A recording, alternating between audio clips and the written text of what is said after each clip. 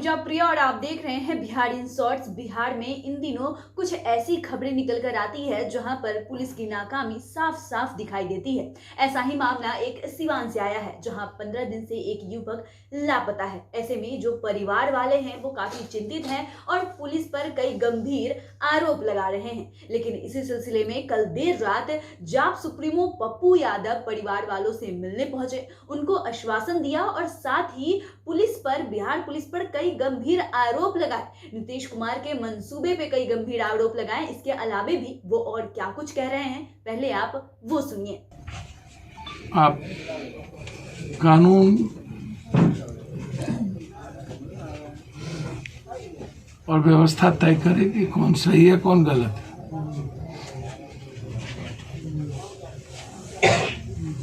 ये सवाल हमसे बार बार आईजी ने, डीआईजी ने, कई लोगों ने कहा जब मैं बातचीत की। ये दो लड़के अच्छे थे, विशाल पर केस था।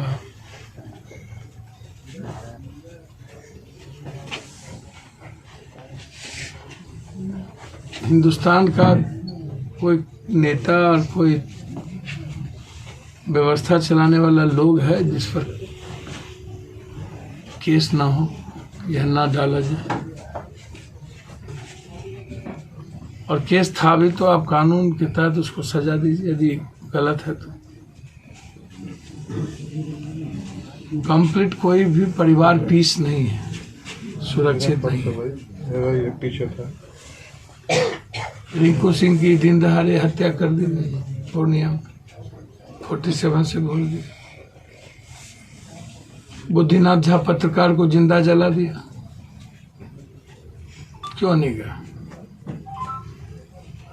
सिर्फ मेडिकल माफिया, फर्जी डॉक्टर, फर्जी नर्सिंग।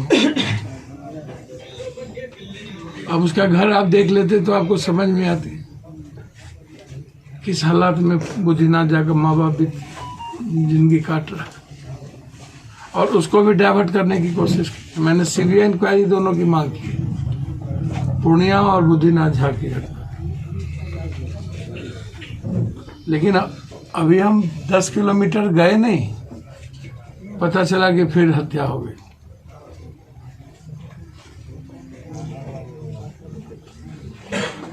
बलात्कार अपराध आम बात बन गई और लोगों के लिए भी ये कुछ नहीं है, सिस्टम के लिए भी कुछ नहीं। ये रोजमर्रे की रूटीन में है लोगों के लिए। एक परिवार पर क्या बीतता है, उस मोहल्ले में उसके दोस्त पे क्या बीतता है, रिश्तेदारों पर क्या बीतता है, वो तो माँ जानेगी ना। और लगातार 15 दिनों से जिस तरीके से उनका भाई अंशु जी का ये पासपोर्ट बन गया, यहाँ बजाज में वो बैंकिंग में काम करते थे और पूरा का पूरा एक इंटेलिजेंट और मेहनती लड़का था। दोस्ती हमारी किसी से भी पारिवारिक दोस्ती हो सकती, मेरे पड़ोसी में दोस्ती हो सकती। तो इस बात को आप समझ के चलिए कि इसमें साधारण तरीके से घटना को नहीं देखा जा सकता। हम सरकार से एसआईटी की जांच की मांग करते हैं। ये जो बराबर चुनावी रंजिश भी जब चुनाव आती है तो बढ़ जाता है। शराब के बाद तो मौत और अपराध और बढ़ा। इकोनॉमिकल क्षति भी मेंटल पीस भी हमारा 6,32,000 जेल गए है। तो फिजिकल भी हम गए, पारिवारिक भी टूटी हुई। अब मेरा पैसा 3 गुना चला गया, स्टेट से बाहर सब चला गया, नेपाल, बंगाल, पंजाब, हरियाणा और झारखंड। तो गवर्नमेंट 7 घंटे की मैराथन बैठक करती है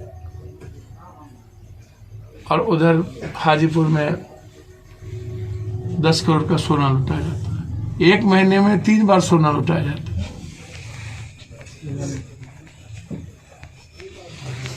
न कोई दुकानदार सुरक्षित है, न कोई बेटी सुरक्षित है,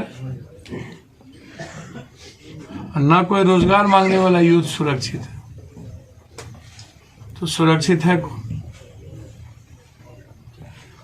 डरा हुआ समाज कितना प्रगति करेगा? अभाव में जीने वाला सोसाइटी कितना आगे बढ़ सकता है? डरा हुआ और अभाव में जीने वाला इंसान अपनी जिंदगी तो जी नहीं सकता, दूसरों की क्या जिंदगी जी? तो ये हालात है बिहार के। वैसे सिवान हमारा रोल मॉडल रहा है इकोनॉमिकल के मामले में कि हम विदेशों में बाहर से हमारी रेवेन्यू यहाँ अधिक आती है, करेंसी उस मामले में बहुत ज़्यादा है। लेकिन हम बिहार को होल देखते हैं तो उसमें हमारा जो मानव सूचांक है वो दुनिया का सबसे निचले पदान पर। तो हालात तो अच्छे किसी पर, आप इस घर को देख रहे होंगे, पुराना है तो खंडर, किसी तरह उसके बच्चे बाहर आके कुछ करके अपना, तो इनको सरवाइव करने में कम से कम 10 साल से 20 साल लगेगा। ये तो टूट गया ये फैमिली और परिवार, और फिर हम लगातार इसको टाले जा रहे हैं। एएसपी से मिला, सबसे मिला, मोबाइल का लोकेशन है। अब यदि वैज्ञानिक तकनीकी पर आप यदि इंक्वायरी नहीं कर पा रहे हैं, लास्ट कॉल किससे है, कॉल किससे हुई, किसने बुलाया, किस किस से बातचीत हुई, अभी तक तो कोई कार्रवाई आपकी नहीं दिखी। आप तो बिल्कुल सो गए, मस्त हो गए। और यह सिर्फ कह देना या मन में पाल लेना कि विशाल सही नहीं था, तो भैया जितना क्रिमिनल और जितना लोग हैं खड़ा कर दिए, शूट साइड कर दीजिए। और ये 2 बच्चे का क्या दोष? अंशु का या जो लड़के हैं परमिंदर या कौन, उसका क्या दोष? किसी का दोस्त होना गुनाह है। और विशाल का यदि दोष भी हो तो उनकी अपनी जिंदगी है ना, शासन को उनकी जिंदगी कानून के तहत देख सकते हैं। जब इतनी बड़ी घटना घटी है तो उनको जस्टिस करना पड़ेगा, न्याय करना होगा। और मुझे लगता है, जो मैं समझता हूं, जितना ऐसे केसेस को देखे, भगवान न करे ऐसा हो, लेकिन मेरी समझ है जिस किसी ने किडनैप किया हो, ऐसा नहीं है कि ये तीनों भाग गए, मैं नहीं मानता, या ये तीनों किसी कारण से गायब हो गए, ये भी मैं नहीं मानता।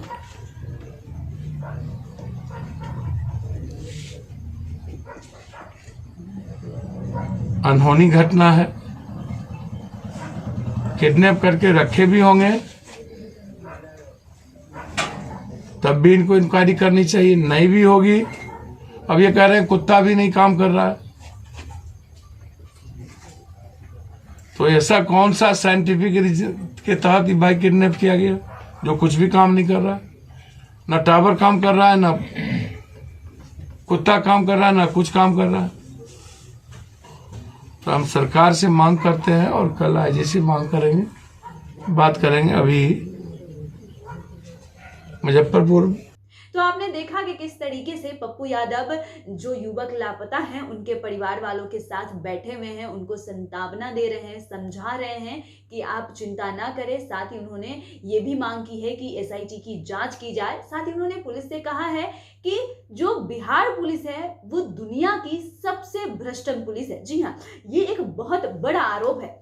पप्पू यादव लगातार जहरीली शराब से मृत्यु हो या कुछ और भी चीज हो, लगातार वो ऐसे लोगों से मिलते हैं, बात करते हैं, समझाते हैं, लेकिन लगातार वो सरकार पर हमलावर भी रहते हैं। उन्होंने इसी कड़ी में आज बिहार पुलिस पर कई गंभीर सवाल उठाए हैं। उनका सबसे पहला जो गंभीर आरोप है कि ये कहना है कि दुनिया की सबसे भ्रष्टम पुलिस बिहार पुलिस है। ऐसे में देखना है कि क्या सिवान के जो युवक लापता है वो मिल पाते हैं। पुलिस आगे क्या कुछ जांच करती है, क्या कुछ कार्रवाई करती है और आगे इस मामले में क्या सामने निकल कर आता है। बाकी की तमाम खबरों के लिए आप बने रहिए हमारे साथ। हमारे चैनल को सब्सक्राइब करें, फेसबुक पेज को लाइक करें। धन्यवाद।